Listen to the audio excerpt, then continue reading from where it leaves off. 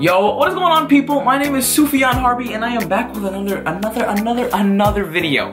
But this one's a bit more political based. Usually my videos are like family oriented, fun, adventurous, but today we're gonna get a bit more serious, okay?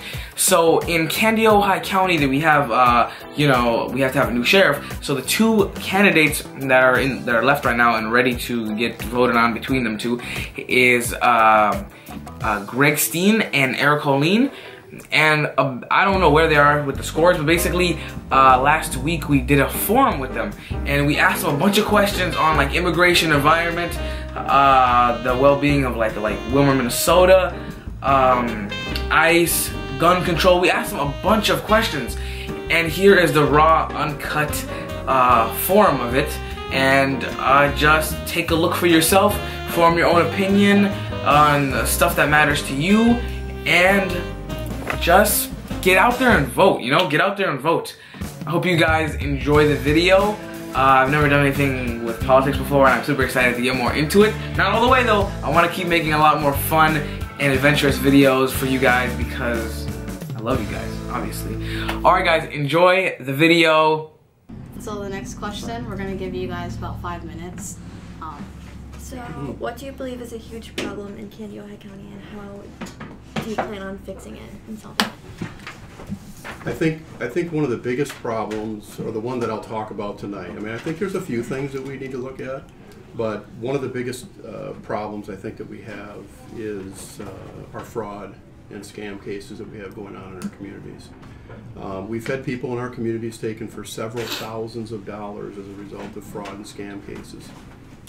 So over the past few years we've been monitoring that, and we've really noticed that there was an increase in the amount of fraud cases. It seems to be increasingly going up each year. And last year in Kandi County we had 170 fraud cases that involve everything from identity theft to financial card transaction fraud to IRS scams where people call and they say they're from the IRS. We've gotten calls from Publishers Clearinghouse, different things like that. So this is really a major concern, and we've got a lot of our investigators that are concerned about it as well, because it's very difficult to investigate these cases, and not to mention that to prosecute them is almost 0% chance on a lot of them, because these cases end up going out of country. They go to the Dominican Republic, to Jamaica, Nigeria, all over the world. And so it's really difficult for us to reach to those areas to prosecute. So we have taken on the task of making sure that our people do not become victims of this crime. And so we have a case here where we're dealing with an enforcement and prevention effort, but the enforcement is not working. The enforcement is not working, so we know that we need to put a lot of our resources into prevention. And so for the last 7 or 8 months, we've been actively involved with a program called Triad, and that has to do with seniors, law enforcement, and community groups working together for senior safety. Our senior population is what's specifically being targeted. However, I receive calls. Some of you might think I'm a senior. I don't know, but I have received calls. Everybody's getting these calls. But what happens is our seniors are vulnerable, and they may be taken in by a grandparent scam where they have somebody calling saying, "Hey, this is Jimmy. I'm in jail, and I need some money." And to get out of jail, and the grandparents, that tugs at their heartstrings, and they become wrapped up and involved in this, and they end up giving money to an unknown source, and it's very difficult for us to track these things. We've had people taken for over $100,000 in our community, in the county, I should say, and so it's very concerning for us. And so we continue. What we've been doing is meeting with various groups of people. I've talked with several groups of people across the county in the last 7, 8 months, and I guess probably like 6. But and we've been talking about the fraud cases and the things that they can do to watch out for that. The time thing went off there, by the way. I can't see it, so just so you know. We've been working with with seniors and giving them information that they need to be aware of and the things they can do to protect themselves. Also encouraging them to have good relationships with their children or trusted friends, people that they can communicate with and talk to about some of the things that they're experiencing, because that is key. It's key for them to be telling somebody something. And because in most cases that's what we're finding is that they are being sucked into this, and they are so far into it that they are so embarrassed by what's happened to them that they're not willing to reach out to their child or their grandchild. I mean, think of your grandparents. You know, this could be happening to them. And would they openly just call you up and talk to you about it? Probably not. But if you have those conversations now and prepare for it, that will make a difference for them. So that's kind of one of the big problems. We have other big problems going on, but we are continuously dealing with them, whether it's drugs or dealing with traffic fatalities on our roads. We have, you know, very strong traffic enforcement to help deal with those things, and we've made some progress in that area over the last 20 years. Minnesota's decreased their fatality rate from about 650 down to 357 last year, which is pretty good. And the name of that program is Towards Zero Death, and that's what we're doing. We're trying to work towards that through enforcement and education efforts. So, thank you. Thank you. So, Grace, you want to repeat the question? What do you believe is a huge problem in Kandi County, and what are your plans to solve it? Well, I'm going to use a little bit broader stroke than what Greg did. When we look at what is a huge problem, in my opinion, crime prevention, and that goes across the board. Greg has concentrated heavily on elderly right now, and when we look at that, there's certain reasons why that's occurring during an election year. He knows as well as I do, and you probably do, it gets votes. When we look at crime prevention overall, it addresses not just the elderly, it addresses you, it addresses middle, it addresses older. I'm looking to get plans and put things into perspective. When we look at community policing, crime prevention takes an officer stepping out in that community and training you, the person sitting in this room right now, of how not to become a victim. There's different things that we're going to do if I become sheriff. One of the things is we look at the K-12. It's got a K-12 opioid crisis that's going on, and what we're going to do is they also have an opioid crisis training for DARE. And you as kids, as well as adults, need to understand some of the dangers of opioids as well, because it's affecting everybody, probably even someone within this room. So when you look at what I'm looking to do with that broader stroke is to address the younger generation as well, not just one set of generation. When you look at the refuse to be a victim, the refuse to be a victim is just simply how do you keep yourself from becoming a victim of crime of violence, or how do you protect yourself from the time in which you called law enforcement until we arrive on scene. And these trainings can be anywhere from 1 hour to 4 hours, and it allows that dialogue between you and an officer, all while doing this, to build that community relationship with you as well.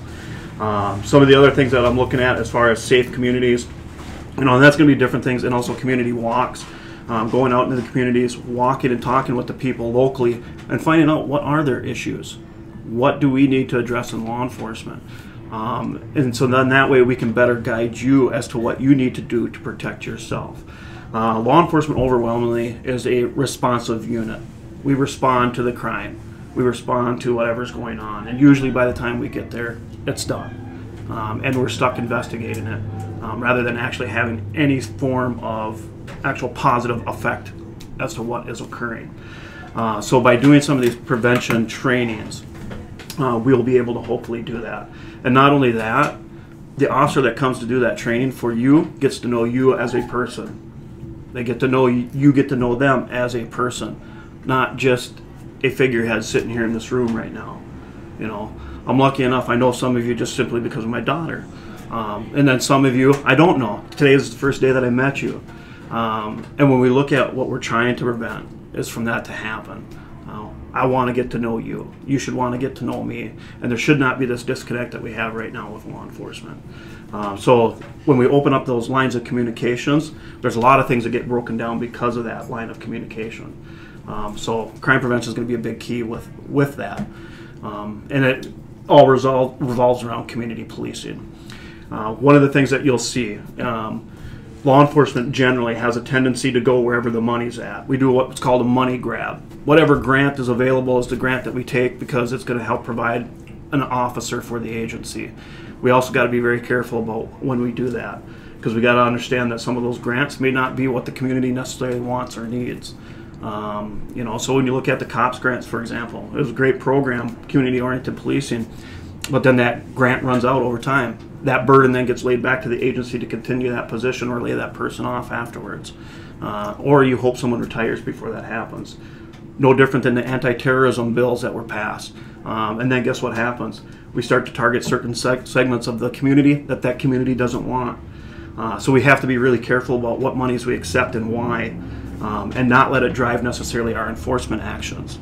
And you, the community members, need to be the ones that tell us, hey, this is what I want and this is what I need. And don't be afraid to tell us that. One of the big things that I always tell people in my position as sheriff, I need someone there unequivocally, not afraid to tell me, that's not what I stand for, that's not what I want. I'll listen to you. And that's the way every sheriff should be. So I think that is about the best I can do for prevention. Any questions on it, reach out to me. Obviously, my business, Great Lakes Training Group, I do a lot of prevention training already. For that, I do a lot of self-defense classes, the refuse to be a victim, things like that. Yeah, could I essentially put myself out of business by becoming sheriff? Yeah. Would I want that? Yeah, that's all right. I'll find another way to make money. I'm not worried about that. So long as you're safe, that's what I care about. Thank you. Okay, Jacob, you have the next question. What have you already accomplished that you're most proud of? We're gonna go back to 2 minutes now. Okay. Yeah. There we go. Okay, I would have to say probably my community outreach already. I'm sure some of you have probably even been watching during the daytime. If you click on, the little blue fuzzy balls on Snapchat outside your school, and if you're also paying attention to my social media, I'm really reaching out to the community. I'm telling people and I'm being totally transparent about what I'm going to do. So when you look at some of the things that I've done, I've truly reached out to communities. I saw a huge disconnect with the Somali community and law enforcement. And what have I done? I've gone in with the Somali community with 2 different translators to make those connections and see what is it that your community wants with me. I've done the same with the Latino community. I've been in contact with Maria Diaz as well as Javier. Javier just also happens to be my treasurer as well. So I'm reaching out to different communities that feel that they're a little bit disenfranchised. And I want to bring them in and let them understand that I'm here to work for you. I'll continue to work for you and I'm going to listen to you. So with that, I also have a huge crime prevention stuff that I already do within my business.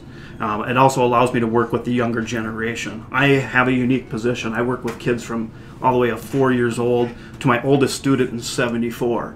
So I have a huge dynamic of people that I get the opportunity to reach out to, and I will continue to do that. And that's what I want to do as sheriff, and I'll continue that. And if you got any questions whatsoever, feel free to reach out to me. As you know, I like to use social media as a platform. I know Sufyan's got a great YouTube channel out there that he runs, and you guys also have your own platforms as well to run. Don't think I don't pay attention, I do. So, and we need, as law enforcement, need to use avenues like that as well. There's no reason why we shouldn't be reaching out to you guys to connect with the younger generation as well. Thank you. Great. Okay, so the question, what have I accomplished already? Well, first of all, it's not really work related. I would say one of my biggest accomplishments would be my family. I have 2 daughters that are both graduated from Newland and Spicer back in 2013 and 15, and they're both out of college already. They both graduated from the Carlson School of Management at the university, and they have gone on to get employment, and they're doing really well. They're out on their own now, and my car insurance and a lot of things has gone down considerably with them out on their own. And but I'm really proud of them, and I'm really proud of the work that that my wife and I did, raising them. And I bring that also to work, how I treated my family, and how I worked on making sure that they were successful, and that I was there for them when they needed me. So it kind of transitions into my work as well. Some of the things that I'm really proud of as work related over the years probably were in my earlier years. Because I was actively involved with, working on the road and patrolling on the road, being actively involved with DARE, being a boat and water safety, being a crisis negotiator. And, a lot of those positions brought out, the qualities that I had that I probably didn't even realize at the time, but they actually led me to other positions, more into the leadership roles, into investigations, then into being a patrol sergeant. And so, you know, some of those accomplishments are the progression that I've gone through the sheriff's office over the past 22 years. And that was working as a deputy, working as an investigator, working as a patrol sergeant, all jobs that I really liked. And then I went into administration. And, you know, working on the road, it was a lot easier. It was a lot more fun. But in administration, I knew there was some good responsibilities there for me. And I guess I'm up. Sorry. Okay, next question. It's kind of a little bit controversial, I guess. But if you could change the ICE policy with the jail, how would you do it? Or if you want to change it or improve it or anything, like, how would you do it? And Okay. Well, first of all, I realize that this is kind of a controversial thing, and it would be beneficial to hear from some of you what you're thinking about it. But without having that information, I'll just respond by saying we don't necessarily have a policy in the jail regarded to ICE. I mean, you're referring to ICE, which is immigration, and you're referring to our jail. So I think, are you referring to people that are in our jail? Is that what we're talking about? Okay. Yeah. All right. So, okay. So as far as what's happening in our jail, we do have federal inmates in our jail that are in there for are being detained by immigration. We do have that. They are being boarded in our jail, just like other boarded inmates that we have in our jail. We have several inmates from Clay County, from the DOC, the Department of Corrections, and then sporadic counties around us. So as far as changing any policy, I don't see a need to change any policy. We are not actively involved with ICE enforcement. And I've said that before, so people understand that. But that's the federal government. The federal government has to deal with the federal laws. Now, if they call us for assistance because they need backup, so to speak, like if we had a crash right out here and the PD called us for assistance, we would assist them with that. But we're not actively involved in the work that they do each and every day. So it's important to understand that. And we have to trust. We have to trust that the federal government is doing the proper things with individuals, and it's very important to note that the things that they are actively doing are to protect us, and we have to trust that they're doing the right thing. And I can assure you that anybody that's in our facility is being treated properly, without a doubt. And so, you know, that's about all I can really say on that matter. thank you. You bet.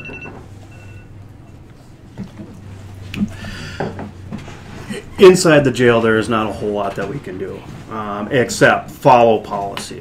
One of the big things that we see, especially with ICE detainees, right now I can tell you ICE detainees are sometimes held with general population, which is not supposed to happen.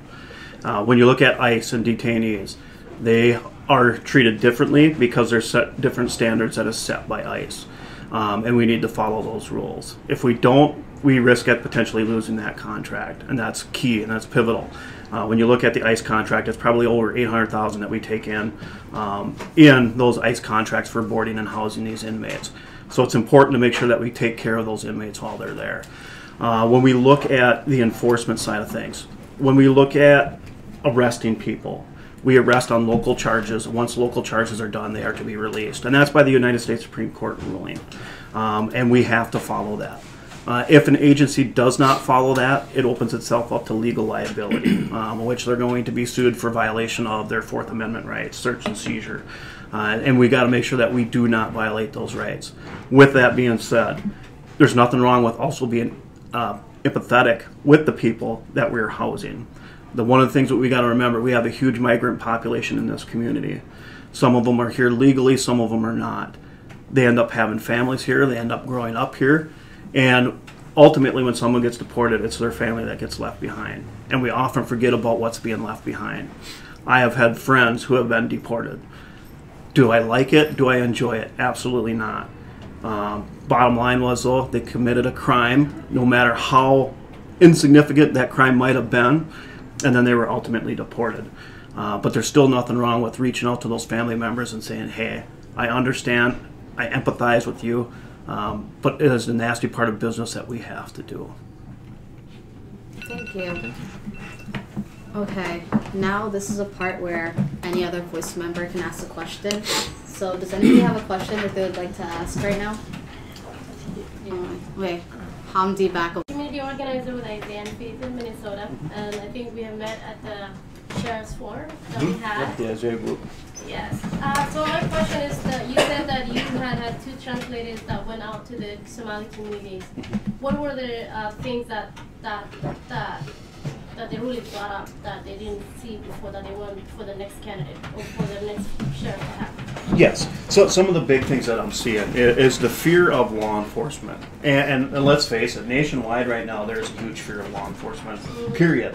Right. But secondly, when you look at, especially in Somalia, you don't have to have a driver's license. You just start driving. Over here in the United States, it's a little bit different. We have to go through a process where you have to get this license. And let's face it, if you've never had a set procedure to take a driving test and to do driving, period, it's a little hard to take someone and teach them to drive if you've never had that structure before, unless you were already here. And then the fear becomes they feel that we don't understand them because of some of this disconnect. And it's not that we don't understand, it's just sometimes we get so caught up on the enforcement aspect rather than the learning aspect. We don't have to give citations all the time. Citations and warnings and everything, they're tangible. And what's happening is what I get is most people feel like they're targeted. And it's not that you're probably necessarily being targeted, it's just that overall bad driving just because you haven't had the same learning that I did. I, as a farm kid, grew up 15 years old, I started driving. I'll be honest with you, I started driving long before I was 15 out on the farm. I'd go out in the field and drive trucks, drive cars. That's what we did. Here, you don't get that luxury anymore. If you get caught under the age of 15 driving and you don't have a permit, you get a ticket. And a ticket isn't always the best thing to do.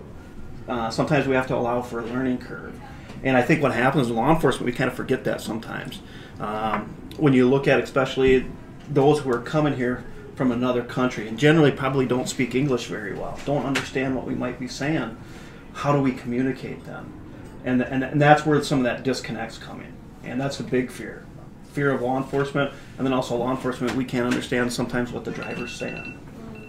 Thank you. Okay, I'm going to have to ask you to repeat the question.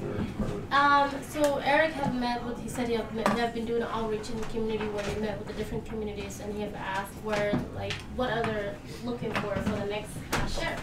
Have you been doing an outreach or meeting with different communities, and if so, what were their needs? What are they looking for the next sheriff? Well, first of all, I've met with Kadar. Okay. I know him through a mutual friend.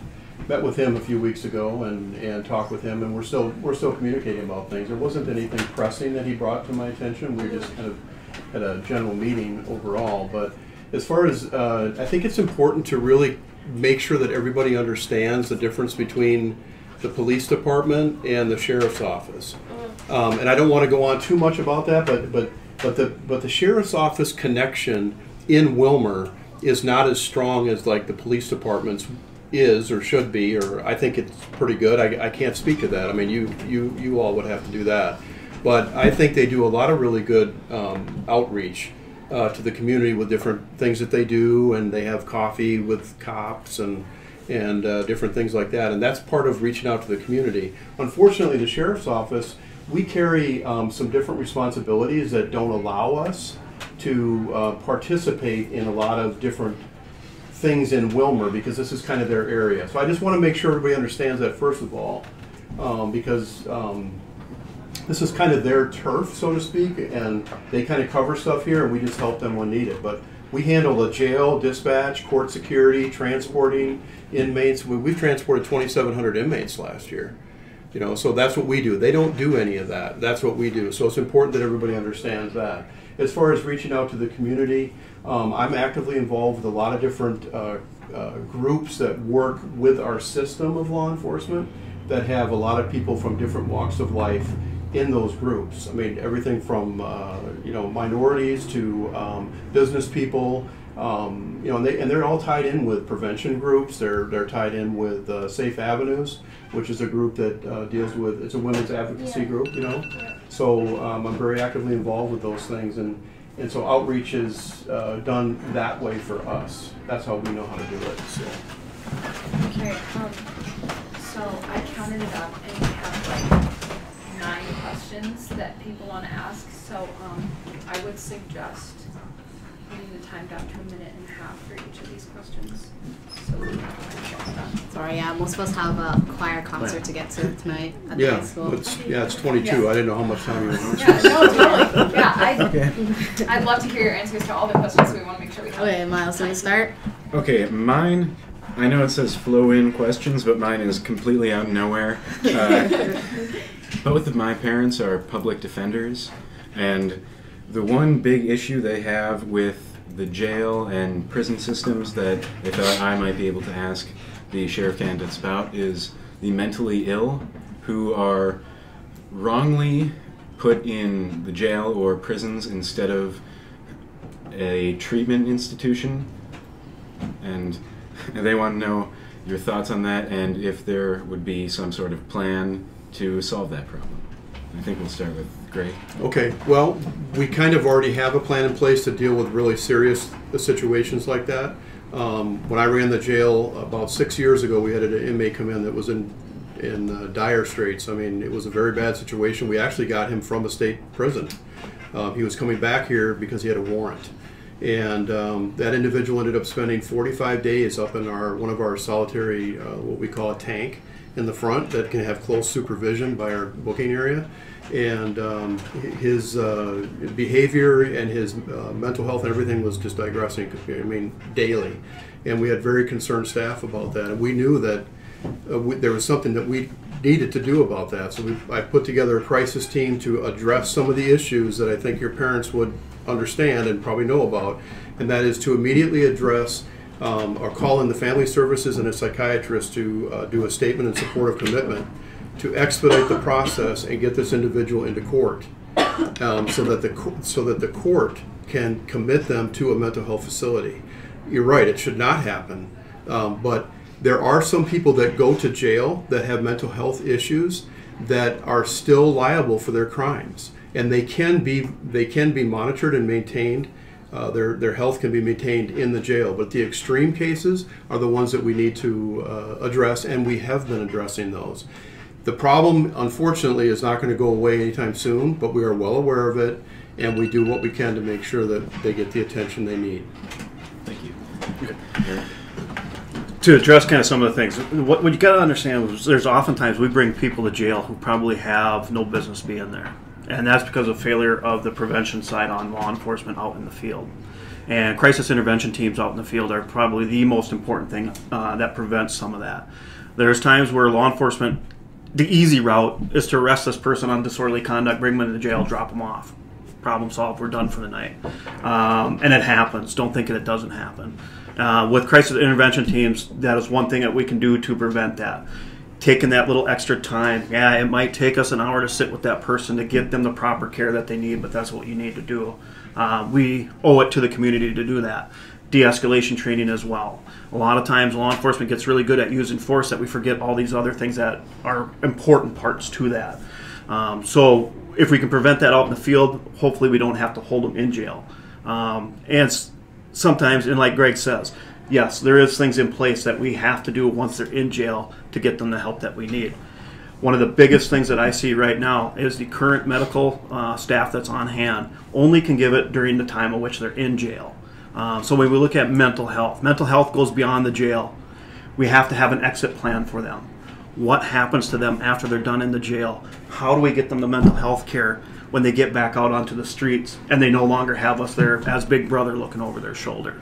If we give them a system to get entered into while in jail, we can help them with the prevention things after jail. Thank you. Thank you. And Grace, your question.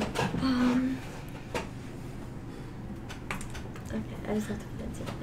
So you mentioned that you want to put as much into the public as possible about what's happening in the community. But where do you draw the line when it comes to what you tell the public? One of the things that we have to do, I'll let you start that.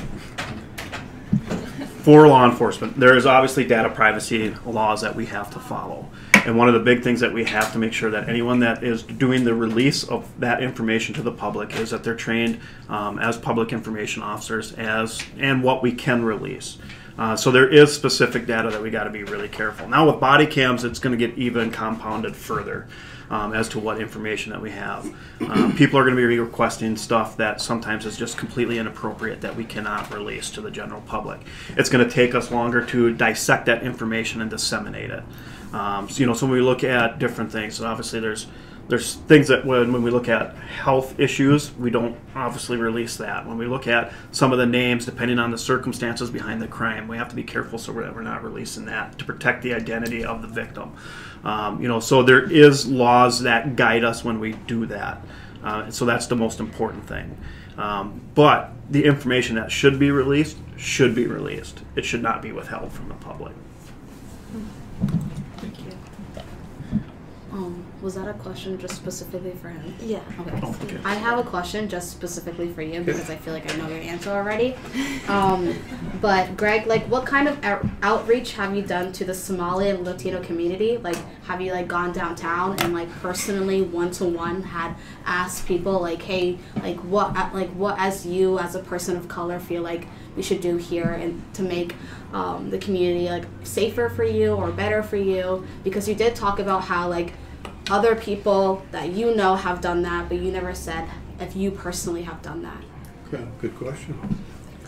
I have been downtown and walked through all the businesses, just as I'm sure Eric has as part of the campaign, and talked to people, given them the brochures and explained to them, why I'm running for sheriff and some of the things that I'm involved with and things like that, and asked them, do you have any questions for me? Are there any concerns and things like that?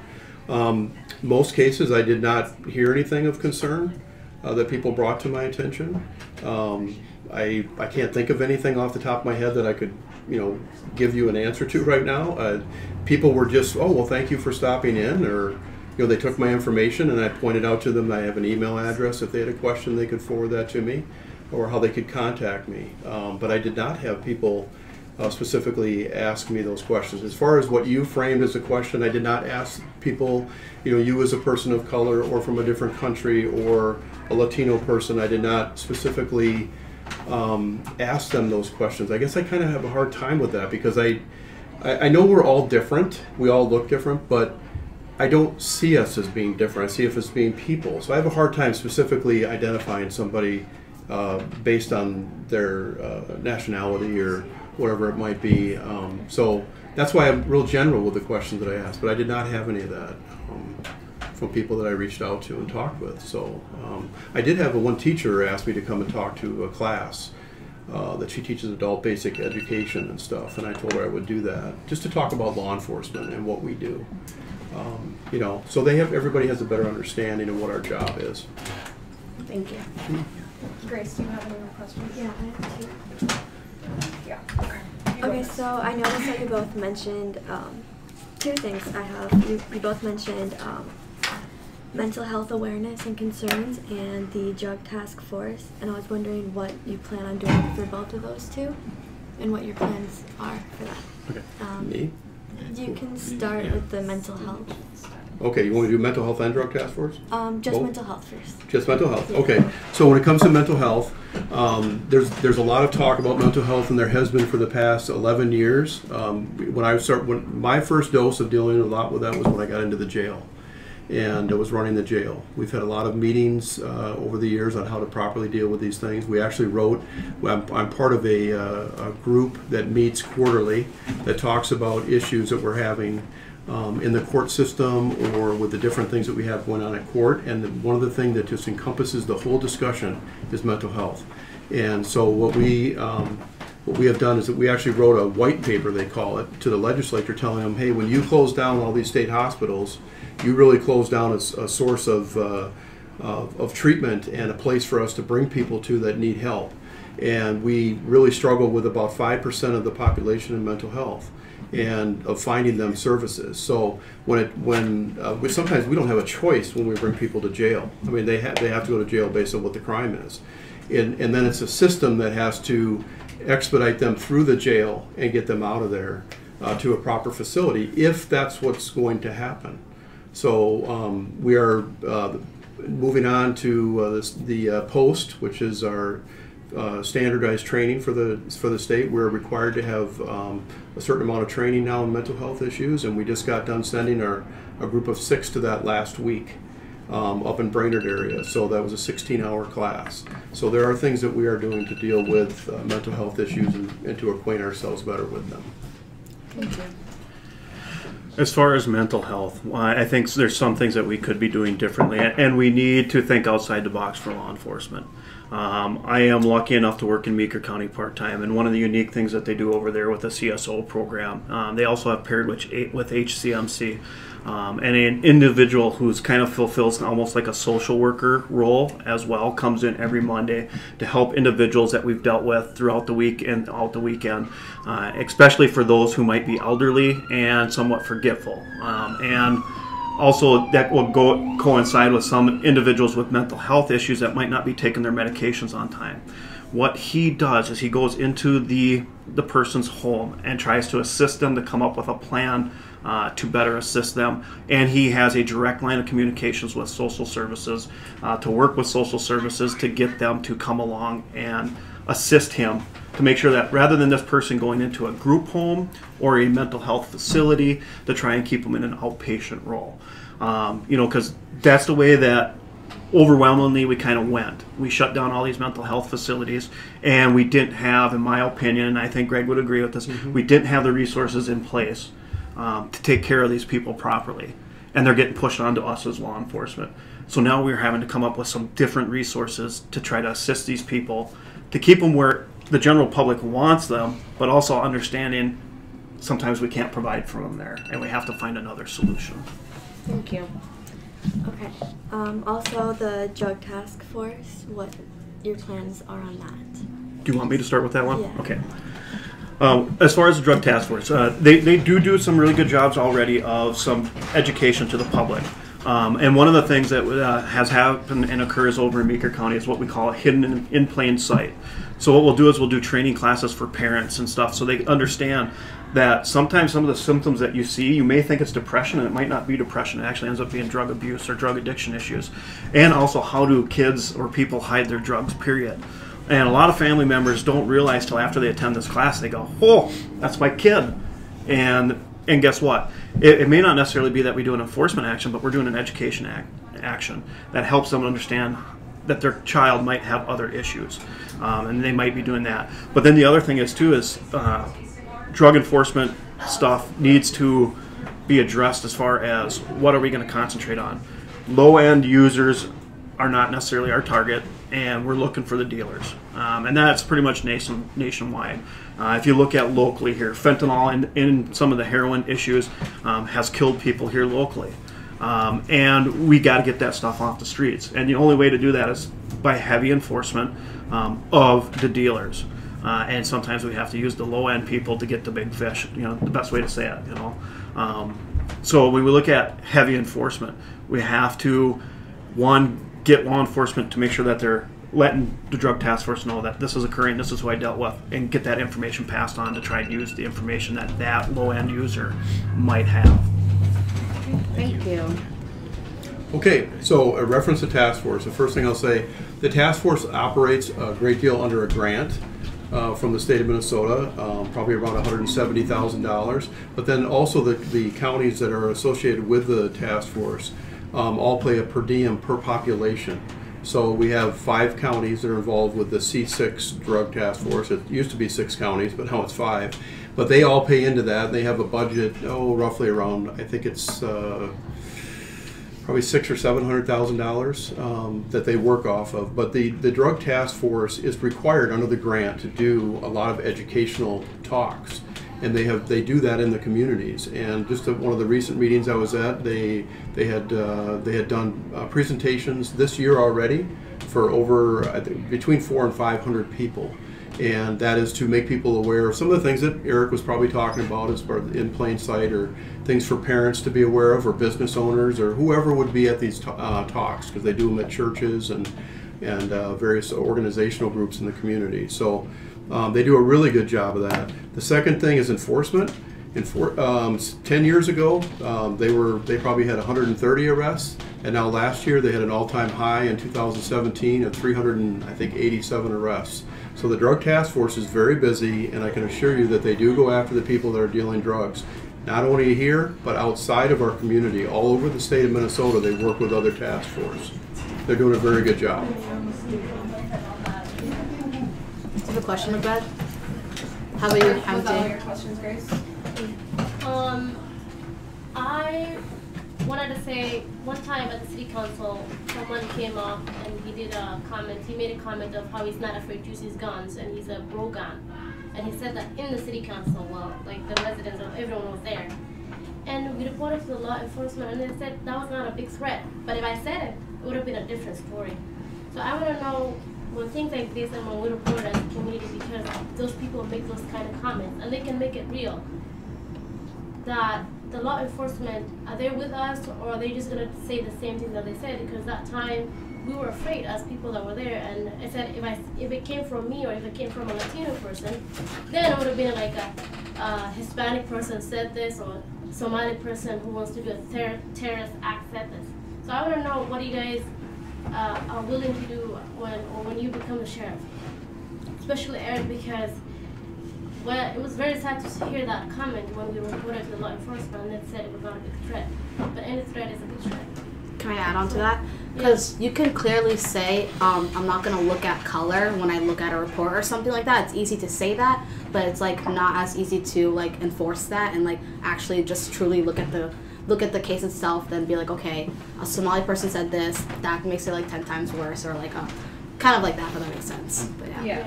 I was going to ask about gun control as well, so we might as well put that into this question. All in one? So now we've Okay. got a really big conglomerate question. They have 2 minutes ago. Yeah, 2 minutes. 2 minutes, yeah.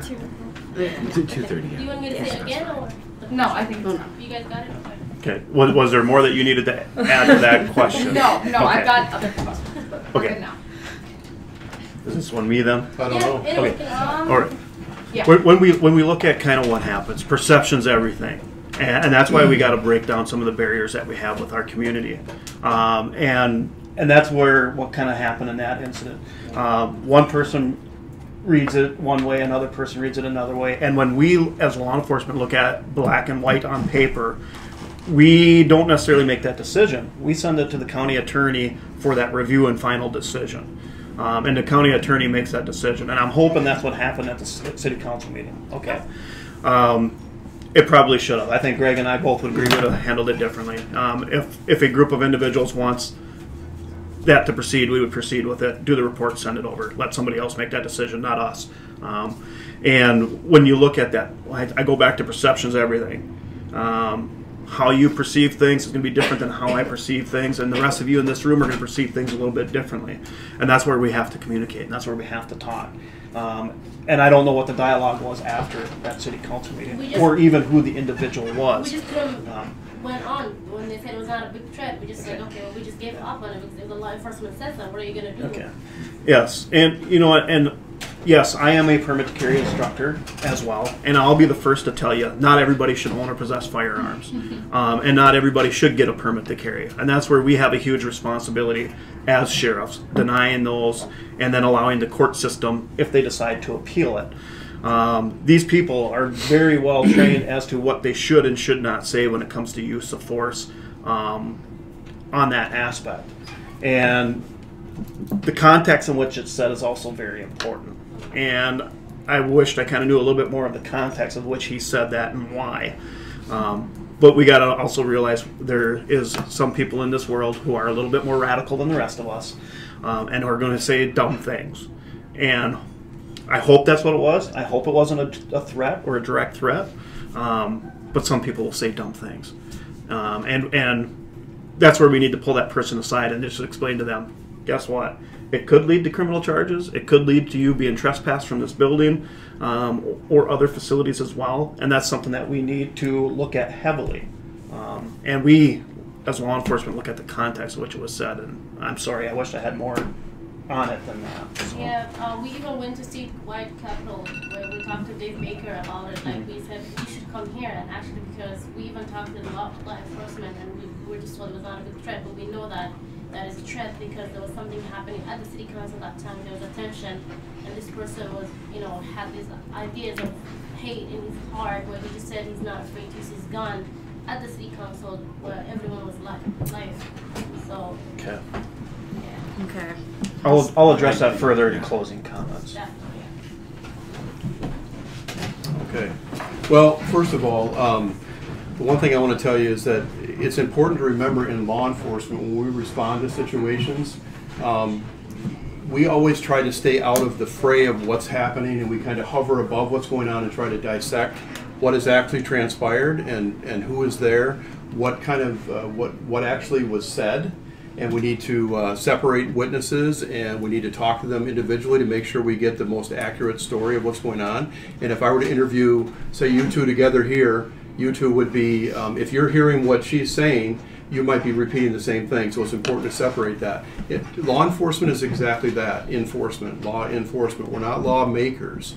And when it comes to prosecuting, Eric said this too, I mean, when it comes to prosecuting things, they have to meet a criminal element. And I can't speak to what happened that night because I wasn't there. So, but I will say that there are certain elements that have got to be met in order for charges to be filed on somebody. I don't know if that case went to the city attorney or county attorney for review, but I can assure you in my job, I review a lot of cases get sent back to me from the prosecuting authorities, whether it's the city or the county or whatever it might be, denying charges on cases because they can't prove beyond a reasonable doubt that something existed. And as far as an element of the crime, and you got to remember that in this particular case, I'm going to speak hypothetically here, that if there is no direct threat to a person, it's just a general statement, there's a lot of freedom of speech things that come into play.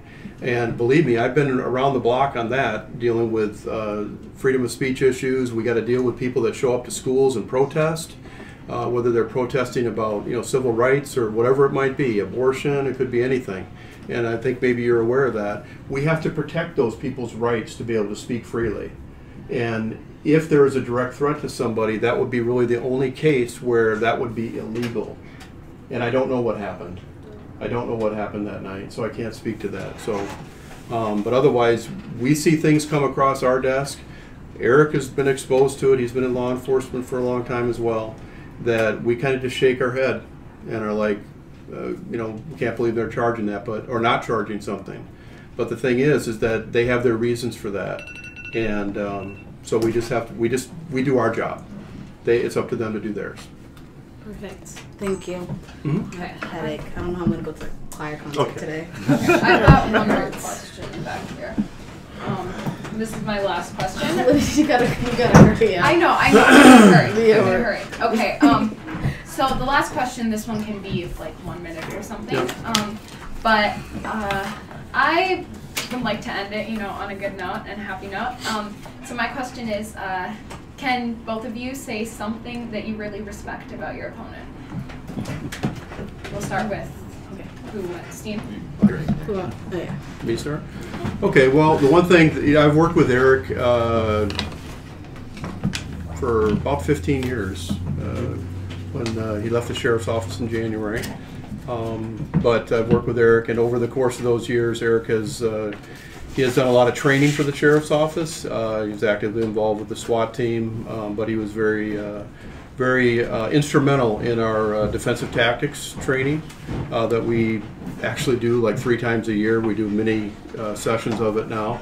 And so he's been very actively involved with that over the years, and I think he truly cares about what he's doing in that area. And I believe in his passion about caring for the employees and people's safety and the public's safety. And I think both of us share those things. And so I think I think that's an admirable thing, to care about other people and their safety and put yourself on the line to protect them. Thank you. obviously Greg has held some different positions within the sheriff's office, and some of those things he has done very well. And when you look at Greg, I've got a huge respect for him, especially when we look at politics. And I think we both will say politics is ugly.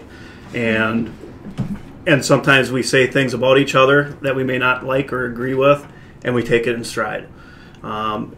We start every debate with a handshake, and we at least end it with a goodbye when we leave. So I'll give him that. He's a stand-up guy when it comes to that. We've had some candid conversations even when I left the sheriff's office, and he could talk to me on a personal level as to what was going on in my life during that time frame. So when you look at kind of how we communicate, communication's important. And he does communicate well with some of the people that we work with. And obviously sitting on these committees that he's sat on, he communicates with those individuals as well. So it is important to know that, yes, when this is all said and done, hopefully we can still remain civil with each other, and I think that will be okay. That's nice. Thank you guys for coming.